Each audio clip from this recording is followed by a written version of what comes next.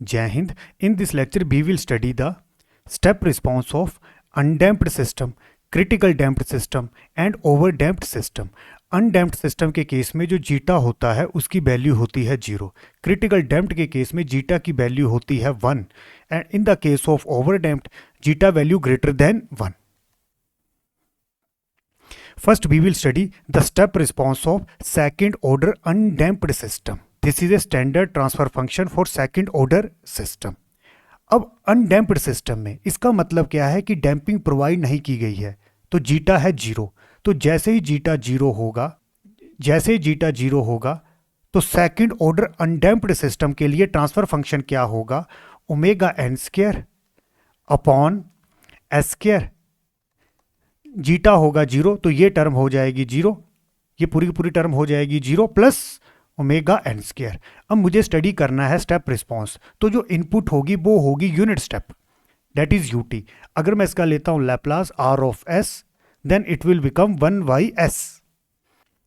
तो output s domain में क्या होगी, c s is equal to r s into transfer function for undamped system जिसमें zeta 0 होता है. इनपुट है यूनिट स्टेप, तो लैप्लास होगा 1/s. तो आउटपुट एस डोमेन में किसके इक्वल होगी, 1/s into omega N square upon S square plus omega N square. अब मैं इसको पार्शियल फ्रैक्शन में लिखूंगा. अगर मैं आउटपुट को देखता हूं, अगर मैं इस फंक्शन को देखता हूं तो डिनोमिनेटर्स के हैं 3 रूट्स, और 3 रूट्स कौन कौन से हैं, एक है s इज इक्वल टू 0 और बाकी 2 रूट्स कौन से हैं, s plus omega N square is equal to 0, तो s square is equal to minus omega N square, s is equal to plus minus square root of minus omega N square. Minus है तो उसका बन जाएगा j. तो 2 roots कौन कौन से निकले, एक निकला s2 that is plus j omega n, और जो थर्ड रूट निकला वो है माइनस j ओमेगा एन. तो सिंपली सी एस के हैं 3 पोल्स, एक पोल ओरिजिन में लाई करता है और जो बाकी के 2 पोल्स हैं वो कहां पर लाई करते हैं, at a purely conjugate imaginary axis. तो इसको मैं कैसे लिख सकता हूं, सी ऑफ एस, इसको मैं पार्शियल फ्रैक्शन में कैसे लिख सकता हूं, a/s प्लस, अब यहां पर जो 2 रूट्स हैं वो दोनों प्योरली कॉन्जुगेट इमेजिनरी रूट्स हैं, तो मैं इसको कैसे लिख सकता हूं, bs plus C upon S square plus omega N square. A की वैल्यू मैं डायरेक्ट शॉर्टकट से कैलकुलेट कर सकता हूं, मुझे ए की वैल्यू कैलकुलेट करनी है तो एस की वैल्यू क्या लेनी है, 0. यहां पर रूट क्या था 0, तो एस की वैल्यू लेनी है 0 और साथ में ये जो एस है इसको ढक लेना है. जैसे इसको ढक लिया बाकी फंक्शन में एस की वैल्यू ले लेनी है 0. तो ए की वैल्यू क्या आएगी, ओमेगा एन स्क्वायर, एस 0 हो जाएगा, ओमेगा एन स्क्वायर, ये दोनों एक दूसरे को कैंसिल करेंगे तो ए आएगा 1. अब बी और सी की वैल्यू कैलकुलेट करनी है. अब इसके लिए मैं क्रॉस मल्टीप्लाई करूंगा, एस के डिफरेंट कोफिशिएंट को कंपेयर करूंगा और वैल्यू कैलकुलेट करूंगा. अब बी और सी की वैल्यू कैलकुलेट करनी है. सी एन का एक्सप्रेशन मैंने यहां पर लिख दिया जो सी एस का था.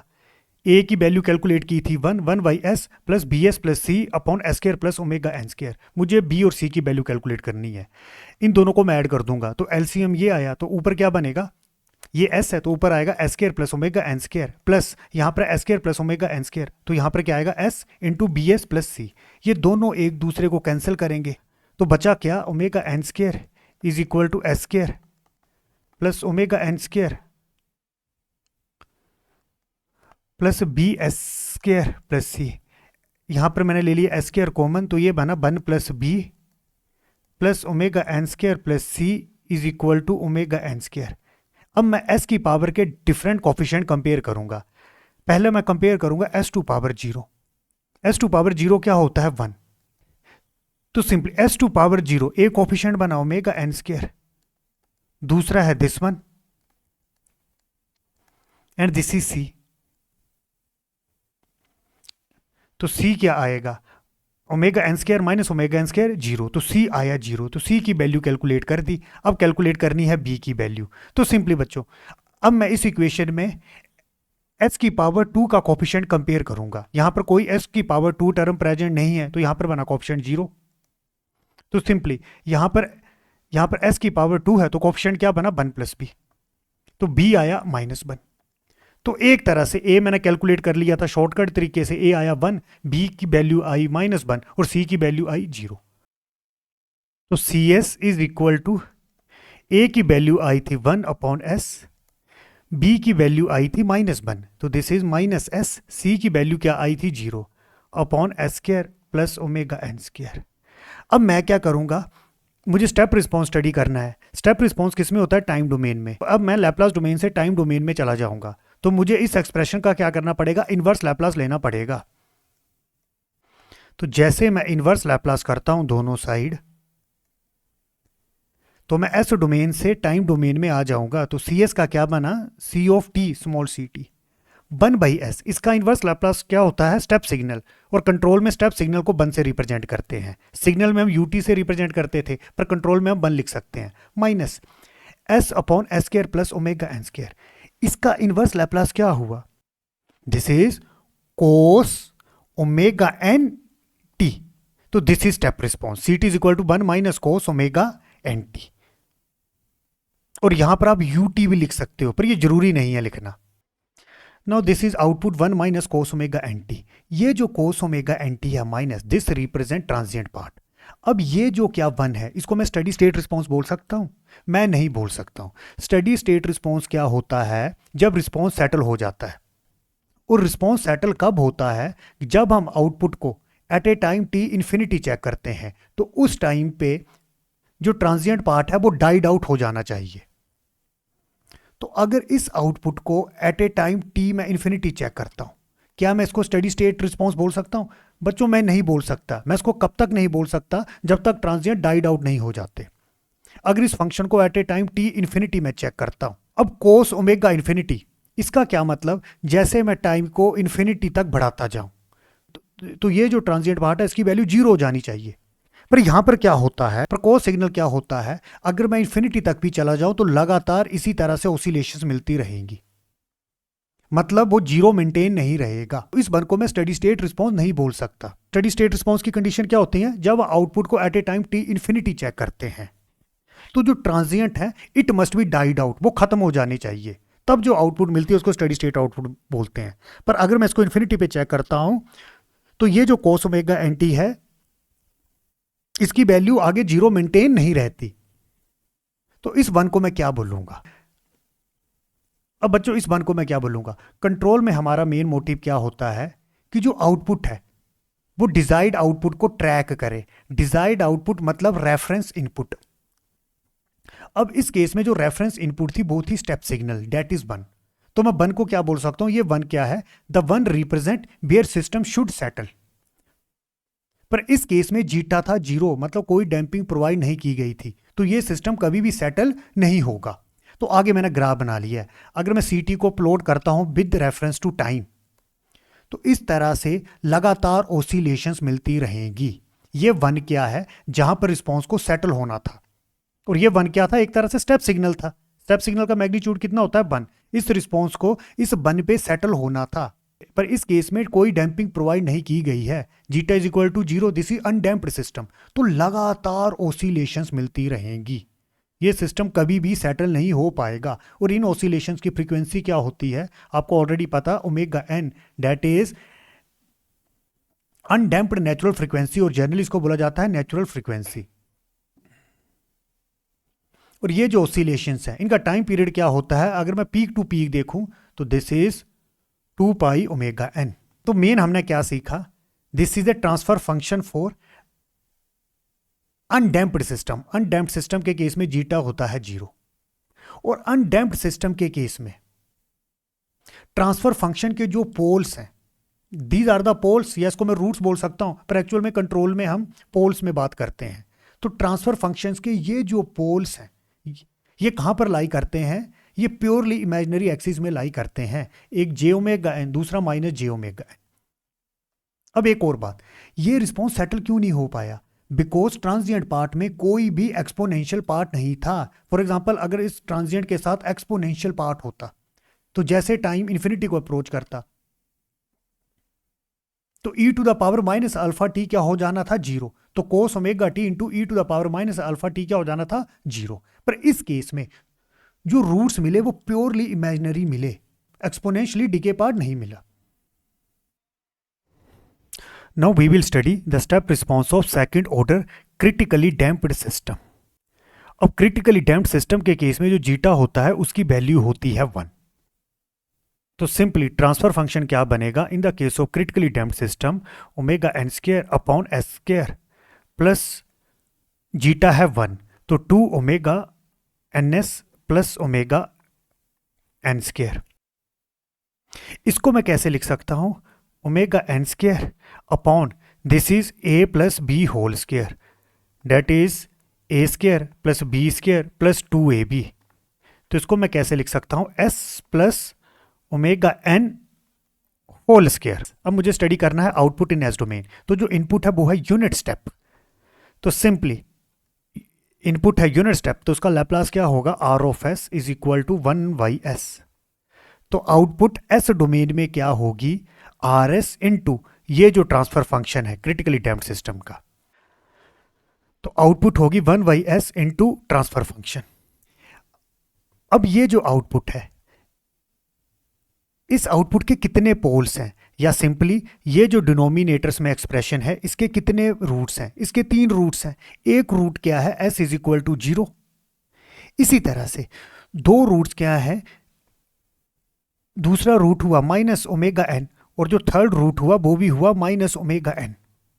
एक तरह से यहां पर था s plus omega n whole square is equal to 0, तो s is equal to minus omega n. तो अब पावर है तो दूसरा रूट भी क्या बनेगा, माइनस ओमेगा एन। तो यहां पर 2 रिपीटेड रियल रूट्स मिले।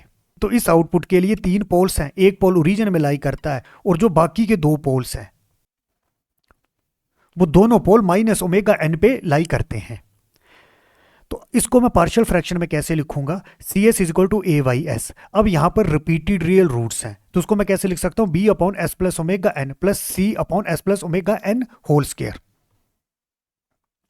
अब मुझे ए बी सी की वैल्यू कैलकुलेट करनी है। एक तो लॉन्गर मेथड है कि दोनों तरफ क्रॉस मल्टीप्लाई मैं कर दूं, फिर एस की पावर के डिफरेंट कोफिशिएंट कंपेयर करूं और ए बी सी की वैल्यू कैलकुलेट करूं। मैं यहां पर शॉर्टकट लगाऊंगा। पहले ए की वैल्यू कैसे कैलकुलेट करेंगे, सी एस का यहां पर मैंने एक्सप्रेशन लिख दिया, ए की वैल्यू कैलकुलेट करनी है। यहां पर रूट था एस इज इक्वल टू 0, तो सिंपली ये जो एस है इसको ढक लेना है और बाकी एक्सप्रेशन में एस की वैल्यू 0 पुट कर देनी है। जैसे ही मैं बाकी एक्सप्रेशन में s की वैल्यू 0 पुट करूंगा तो ये टर्म बनेगी 0, ये दोनों एक दूसरे को कैंसिल करेंगे, तो a की वैल्यू आई 1। सेम टेक्निक मैं c के लिए भी लगा सकता हूं, यहां पर s प्लस ओमेगा एन, यहां पर s plus omega n whole square. तो सेम टेक्निक मैं c के लिए लगा सकता हूं। b की वैल्यू मैं इस तरीके से कैलकुलेट नहीं कर सकता, तो c की वैल्यू कैसे कैलकुलेट होगी बच्चों, तो सिंपली मैंने लिखा यहां पर c, इस एक्सप्रेशन को लिख देना है। जब c की वैल्यू कैलकुलेट करनी है तो ये जो है s plus omega n whole square, इसको ढक लेना है हाथ से, इसको कवर कर लेना है, और बाकी एक्सप्रेशन में जो s की वैल्यू है वो क्या लेनी है, minus omega n, s plus डब्ल्यू एन इज इक्वल टू 0, तो s की वैल्यू ली -1। जैसे मैं s की वैल्यू -1 लूंगा तो this is omega N square, और s की वैल्यू क्या है, माइनस ओमेगा एन। एक ओमेगा एन कैंसिल हो जाएगा तो क्या आएगा, माइनस ओमेगा एन। तो c की वैल्यू आई माइनस ओमेगा एन। तो जब b की वैल्यू कैलकुलेट करनी है तो बच्चों ये फार्मूला लगता है। अगर मैं c को इस फार्मूले से कैलकुलेट करता तो यही वैल्यू मिलनी थी, पर जो हाईएस्ट पावर होती है यहां पर थी highest power, these are the repeated roots, 2 repeated root से जो हाईएस्ट पावर थी 2, तो आप डायरेक्टली उसको a के तरीके से कैलकुलेट कर लो, जैसे मैंने a कैलकुलेट किया था, ये करना ईजी है। अब मैं b कैलकुलेट करूंगा, ये होता है फैक्टोरियल n-1। n क्या है, हाईएस्ट पावर कितनी है 2, m क्या होता है, पोजीशन, इस रूट के लिए पोजीशन थी m इज इक्वल टू 1, इसके लिए थी m इज इक्वल टू 2, तो n-1 दैट इज 2 - 1 1 फैक्टोरियल। और कौन से ऑर्डर का डेरिवेटिव होगा, n-1, n है 2, m है 1, तो 1 ऑर्डर का ही डेरिवेटिव होगा, s plus a to the power n, ये इसको बताएगा, s plus omega n whole square into fs, fs मतलब ये पूरे का पूरा function 1 into s into omega N square upon s plus omega n whole square. और डेरिवेटिव करके s की वैल्यू क्या पुट करनी है, माइनस ए मतलब माइनस ओमेगा एन। तो बच्चों ये दोनों एक दूसरे को कैंसिल कर देंगे, तो एक तरह से क्या होगा, 1 फैक्टोरियल 1 होता है d अपॉन ds, तो directly omega N square s और इसका डेरिवेटिव करना है।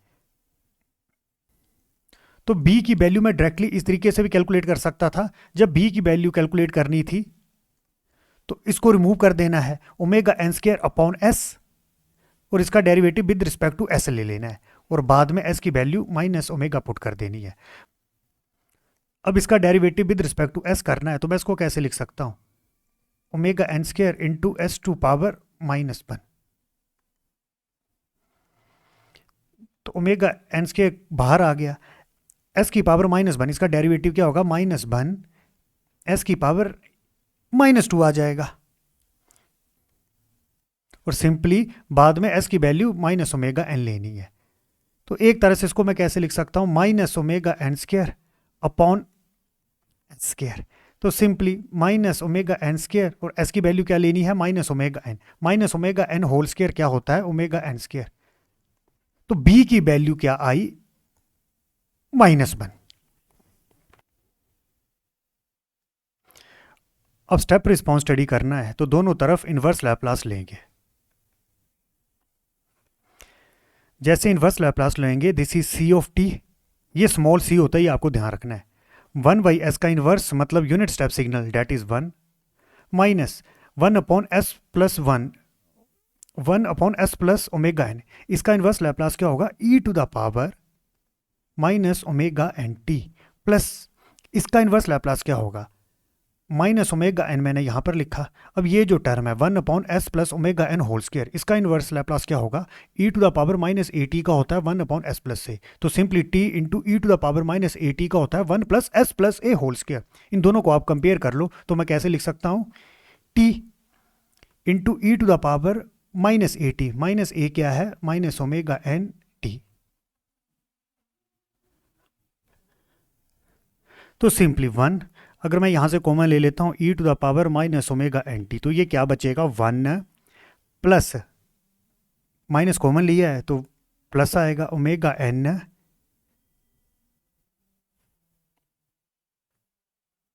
टी। तो this is a step response for critically damped system. अब ये 1 क्या है, अब इसी आउटपुट को at a time t infinity में चेक करता हूं।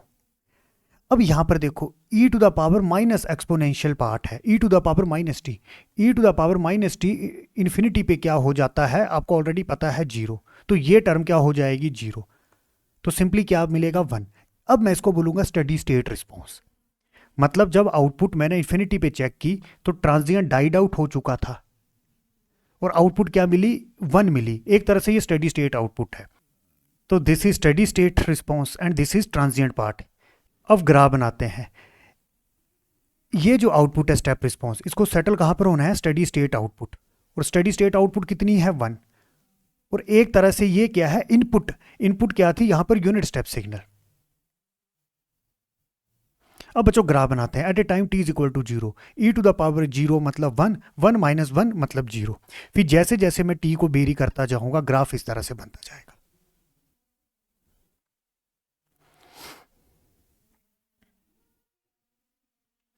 और एट ए स्टेडी स्टेट ये जो ग्राफ है ये सेटल हो चुका है। सेटल होने का क्या मतलब, ये जो आउटपुट है ये इनपुट के इक्वल मेंटेन हो गई है। इनपुट क्या था मेरा, यूनिट स्टेप सिग्नल। अब अगर मैं टाइम इंक्रीज करता जाऊं तो ये जो आउटपुट है वो इनपुट के इक्वल मेंटेन रहेगी। तो this is steady state output. ये जो स्टार्टिंग का है दिस इज ट्रांजिएंट, और ये जो बाद का है जहां पर रिस्पॉन्स सेटल हो चुका है, this is steady state response. Now this is a critically damped system. Critically damped system के केस में जीटा जो होता है वो 1 के इक्वल होता है, और क्रिटिकली डैम्प्ड सिस्टम के केस में कोई भी ऑसिलेशंस प्रेजेंट नहीं होती। अब आपको एक फार्मूला याद रखना है, क्रिटिकली डैम्प्ड के केस में जो सेटलिंग टाइम होता है, सेटलिंग टाइम एक तरह से आप बोल सकते हो जब आउटपुट सेटल हो चुकी है, वो अप्रोक्सीमेट होता है 6 टाइम कांस्टेंट। और टाइम कांस्टेंट किसके इक्वल होता है, ऑलरेडी हमें पता 1/जीटा-ओमेगा-एन। पर क्रिटिकली डैम्प्ड के केस में जीटा होता है 1, तो टाइम कांस्टेंट किसके इक्वल हुआ, 1/ओमेगा-एन। और सेटलिंग टाइम किसके इक्वल हुआ, टी ऑफ एस किसके इक्वल हुआ, 6/ओमेगा-एन। Next we will study the step response for over damped system. Over damped system के केस में जीटा ग्रेटर देन 1 होता है। तो this is a transfer function. This is a characteristic equation of transfer function. इस case में zeta greater than 1 होता है। अगर मैं इस ट्रांसफर फंक्शन की कैरेक्टरिस्टिक इक्वेशन देखता हूँ डेट इज दिस वन। अगर मैं इसके रूट्स कैलकुलेट करता हूँ, अगर जीटा ग्रेटर देन 1 है तो रूट्स कैसे मिलेंगे, रियल एंड डिस्टिंक्ट रूट्स। तो दो रूट्स मिलेंगे। दो रूट्स क्यों मिलेंगे, ऑर्डर है 2। तो रूट्स कैसे होंगे, एक तो रियल होंगे और दोनों रूट्स अलग अलग होंगे। और कैरेक्टरिस्टिक इक्वेशंस के रूट्स क्या बताएगा, पोल की लोकेशन बताएगा। तो सिंपली दो पोल निकलेंगे और वो पोल की लोकेशन क्या होगी, एक पोल की लोकेशन होगी zeta omega n plus omega n zeta square -1। दूसरे पोल की लोकेशन है minus zeta omega n minus omega n into square root of zeta square -1। तो सिंपली दो डिफरेंट रियल रूट्स निकलेंगे। उन रूट्स को मैंने P1 और P2 से डेजिग्नेट कर दिया। और दो डिफरेंट रूट्स कब निकलेंगे, जब जीटा ग्रेटर देन 1 होगा। तो CS किसके इक्वल होगा, RS, this is omega N square upon, नीचे मैंने लिख दिया S plus P1 into S plus P2।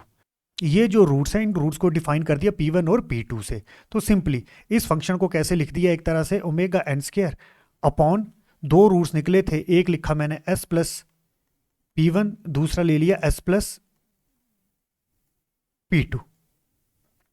अब बच्चों प्लस क्यों लिखा, रूट्स की लोकेशन देखो माइनस आ रहा है, माइनस जीटा ओमेगा एन, मतलब एस प्लेन के ये लेफ्ट हैंड साइड में मिले हैं, इसलिए लिखा S plus P1 S plus P2।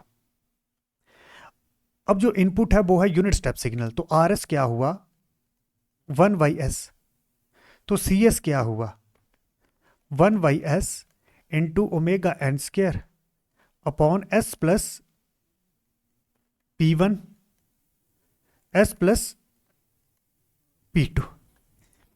अब इसको पार्शियल फ्रैक्शन में कैसे लिखेंगे, अब डिनोमिनेटर में है 3 रूट्स, या मैं क्या बोल सकता हूं, अब ये जो आउटपुट है इसके आउटपुट के 3 पोल्स हैं और ये पोल्स रियल हैं। और ये कहां कहां लाई करते हैं, एक पोल लाई किया S इज इक्वल टू 0, दूसरा लाई किया S is equal to -P1, तीसरा लाई किया S is equal to -P3 पे, सॉरी P2। तो these are the location of pole. तो सिंपली 3 डिफरेंट रियल रूट्स मिले। तो इसको मैं पार्शियल फ्रैक्शन में कैसे लिख सकता हूं, A plus S plus B plus S plus P1 plus C upon S plus P2। अब मैं ABC की वैल्यू कैलकुलेट करूंगा, मैं डायरेक्टली शॉर्टकट टेक्निक लगाऊंगा।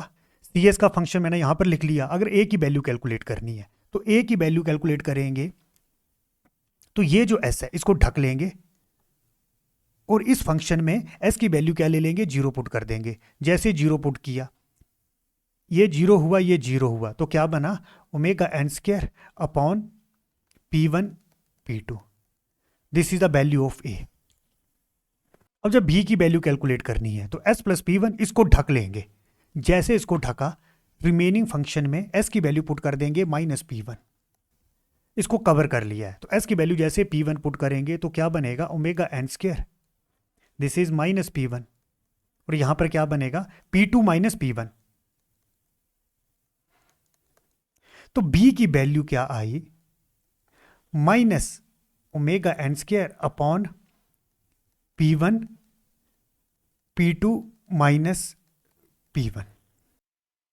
इसी तरह से मुझे C की वैल्यू कैलकुलेट करनी है तो S प्लस P2 इसको ढक लेना है हाथ से। रिमेनिंग फंक्शन में S की वैल्यू -P2 पुट कर देनी है। जैसे S की वैल्यू -P2 पुट करूंगा तो ये क्या बनेगा ओमेगा N2 S की वैल्यू -P2, और यहां पर क्या आ जाएगा P1 माइनस P2, S में क्या पुट किया है -P2। तो this is minus omega N square upon P2 upon P1 minus P2। तो बच्चों जो A B C की वैल्यू मैंने कैलकुलेट की, मैंने यहां पर पुट कर ली। इसके अगला स्टेप क्या होता है, मुझे स्टेप रिस्पॉन्स चाहिए तो मुझे टाइम डोमेन में चाहिए। दोनों साइड मैं इनवर्स लैप्लास कर दूंगा। यहां पर क्या है omega N square upon P1 into P2। बच्चों अगर मैं इन P1 और P2 को आपस में मल्टीप्लाई करता हूं, आप मल्टीप्लाई करके दे सकते हो, जो रिजल्ट आएगा वो ओमेगा एन स्क्वायर आएगा। अगर P1 और P2 को मल्टीप्लाई कर देता हूं तो एक तरह से P1 और P2 को जब आपस में मल्टीप्लाई करेंगे तो ओमेगा एन स्क्वायर रिजल्ट आएगा, तो ये दोनों एक दूसरे को कैंसिल करेंगे। अब जैसे मैं इनवर्स लैप्लास में जाऊंगा तो CS का इनवर्स लैप्लास बनेगा C of T is equal to 1/s, this is step signal, इसका इनवर्स लैप्लास होगा 1 माइनस अगेन अब ये जो कांस्टेंट है, मतलब ओमेगा एन स्क्वायर को आप किससे डिवाइड करोगे, P2 माइनस P1 करोगे, फिर P1 के साथ मल्टीप्लाई करोगे, और P1 और जो P2 के रूट्स है वो ऊपर लिखे हुए। अब बच्चों जो भी डिवाइड करके आया, फॉर एग्जाम्पल उसको मैंने कांस्टेंट ले लिया a, s प्लस P1, इसका लैप्लास क्या होगा e to the power minus P1t। इसी तरह से माइनस इसको सोल्व करके, this is a constant, for example जो वैल्यू आई उसको मैंने बोल दिया b, s प्लस P2, इसका इनवर्स लैप्लास क्या होगा e to the power minus P2t। और P1 और P2 क्या है, these are the value of P1 and P2।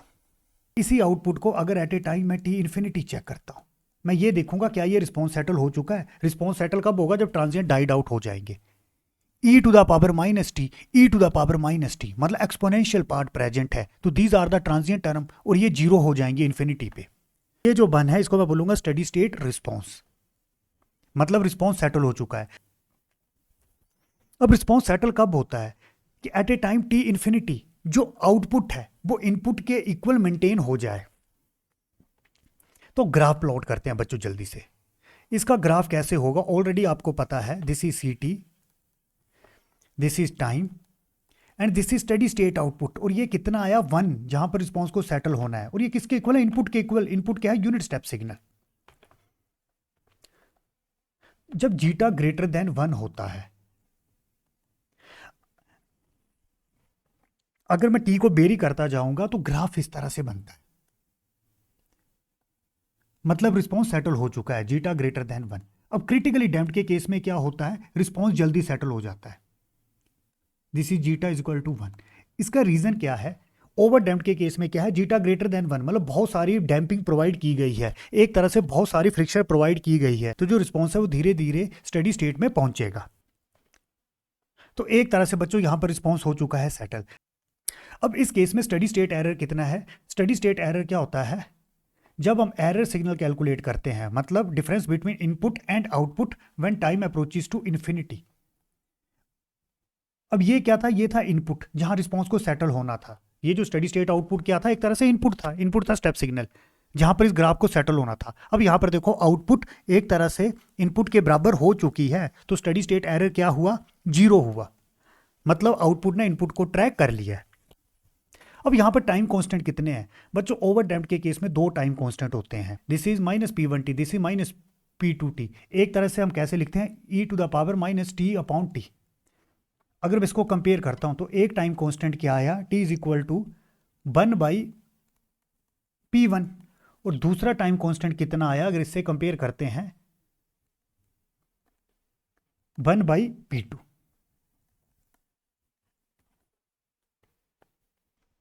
तो 2 टाइम कांस्टेंट आए, this is for example T1, this is T2। जो हायर टाइम कांस्टेंट होगा वो ही डोमिनेट करेगा। अब हायर टाइम कांस्टेंट डोमिनेट का मतलब क्या है, इन दोनों टाइम कांस्टेंट में किसकी वैल्यू ज्यादा है, डेफिनेटली जिस p की वैल्यू कम होगी। p की वैल्यू कम मतलब जो ओरिजिन से जितना नियर बाई होगा। फॉर एग्जांपल एक P1 आया यहां पर, दूसरा आया P2 यहां पर, तो इसका टाइम कांस्टेंट डोमिनेट करेगा। ये टाइम कांस्टेंट इस टाइम कांस्टेंट के कंपैरिजन में ज्यादा है। तो ओवर डैम्प्ड के केस में जब हम कैलकुलेशन करते हैं तो ये जो पोल है जिसका टाइम कांस्टेंट कम है उसको हम इग्नोर कर सकते हैं, तो higher time constant dominate. The calculate the value of zeta for which settling time for 2% error went is same for critically damped as well as under damped if both the system have same natural frequency। अब बच्चों critically damped system के case में settling time कितना होता है, 60, अभी हमने study किया था, और ये किसके इक्वल होता है, 6/t होता है 1/जीटा ओमेगा n। पर क्रिटिकली डैम्प्ड के केस में जीटा होता है 1, तो सिंपली सेटलिंग टाइम क्या हुआ, 6/ओमेगा n। और अंडर डैम्प्ड सिस्टम के केस में सेटलिंग टाइम कितना होता है for 2% tolerance band. Tolerance band कितना है, 2% tolerance band, it is also called error band, और उसका फार्मूला होता है 4t, दैट इज 4/जीटा ओमेगा n। और अंडर डैम्प्ड के केस में जो जीटा होता है वो 0 और 1 के बीच में लाई करता है। अब सेटलिंग टाइम दोनों के लिए सेम है, न्यूमेरिकल में दिया गया है, settling time is same for both system. और साथ में नेचुरल फ्रीक्वेंसी भी सेम है, ओमेगा एन क्या है, सेम। तो क्या करूंगा, दोनों के सेटलिंग टाइम को कंपेयर कर देंगे, 6 upon omega n 4 upon zeta omega n, और सेम नेचुरल फ्रीक्वेंसी है, ओमेगा एन दोनों का सेम है, तो ये एक दूसरे को कैंसिल करेंगे। जीटा क्या आएगा, 4/6 date is 2/3,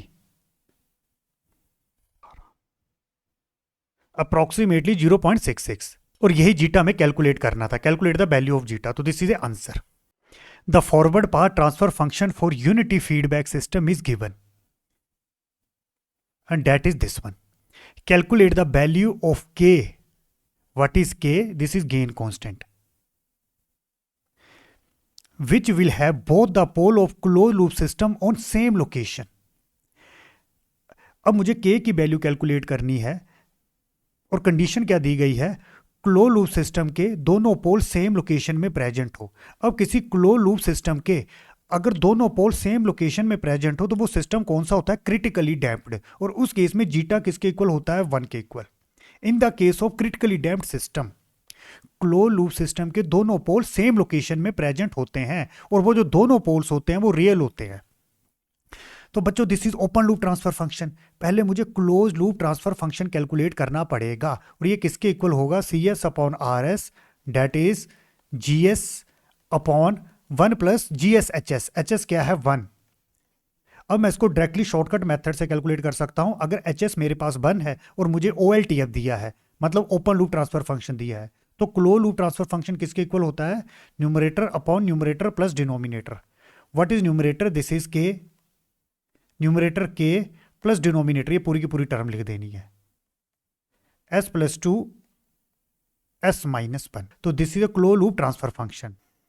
this is k plus s से जैसे मल्टीप्लाई करूंगा s square minus s plus 2s minus 2 that is k, s square पहले लिखा, 2s minus s plus k minus 2। तो बच्चों this is characteristic equation, this is a standard transfer function for second order.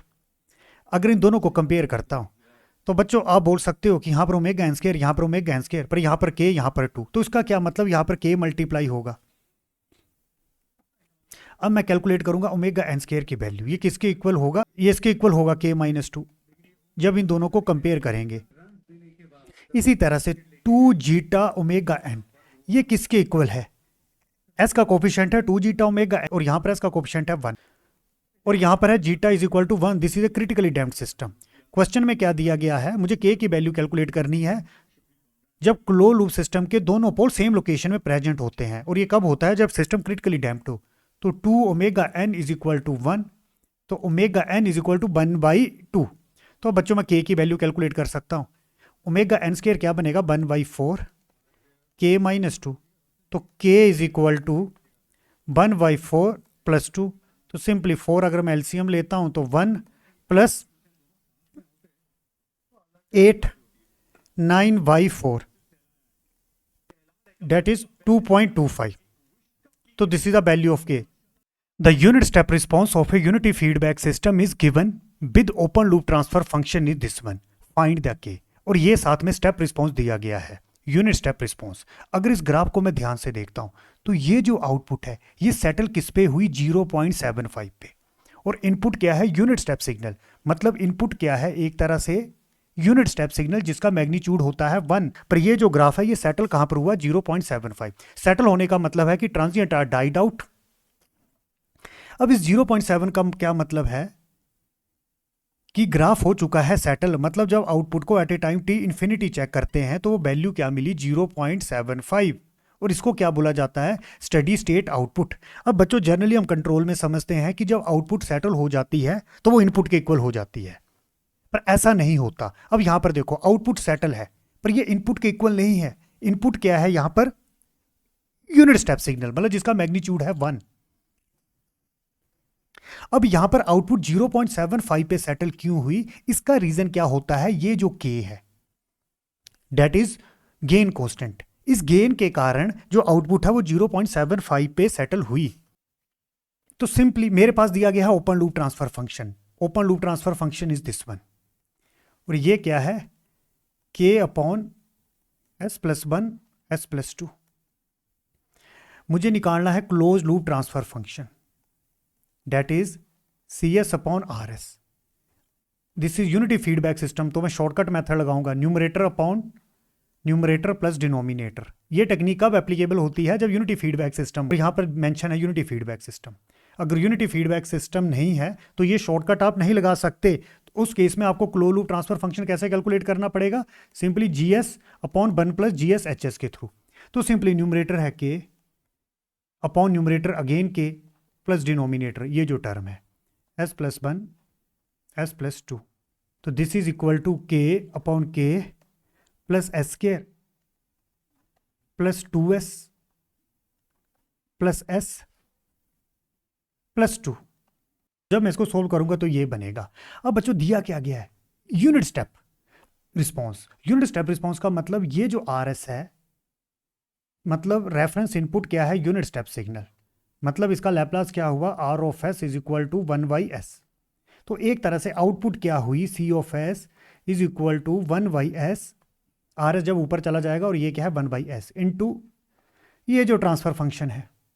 मुझे के की value calculate करनी है, तो बच्चों मैं कैसे कैलकुलेट करूंगा, मैं इस कंडीशन को यूज करूंगा। ये रिस्पॉन्स सेटल कहां पर होता है, 0.7 पे सेटल होता है। मतलब c t at a time t infinity. अगर मैं फाइनल वैल्यू थ्योरम लगाता हूं तो उसको मैं कैसे लिख सकता हूं, limit s approaches to 0 s dot c s. तो सिंपली स्टेडी स्टेट आउटपुट क्या है, मतलब जहां पर रिस्पॉन्स सेटल होता है। रिस्पॉन्स सेटल होने का मतलब transient are died out, this is 0.75। तो इसको मैं लिख दिया 0.75 limit s approaches to 0 s dot c s. C s के प्लेस में ये पूरा फंक्शन आपने लिख लेना है। ये दोनों ऐसे एक दूसरे को कैंसिल करेंगे।